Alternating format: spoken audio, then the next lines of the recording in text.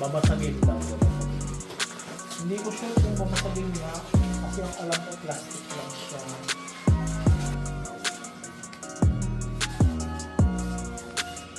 Ayan natin.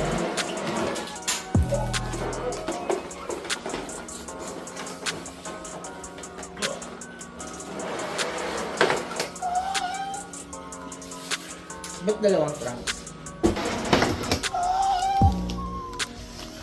Ba't dalawang trunks?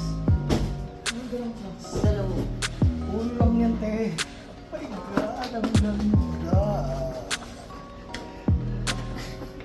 Tapos sa taas. Grabe ko na. Oh my God, ang bigat. O, paano kapag ang ulo niyan?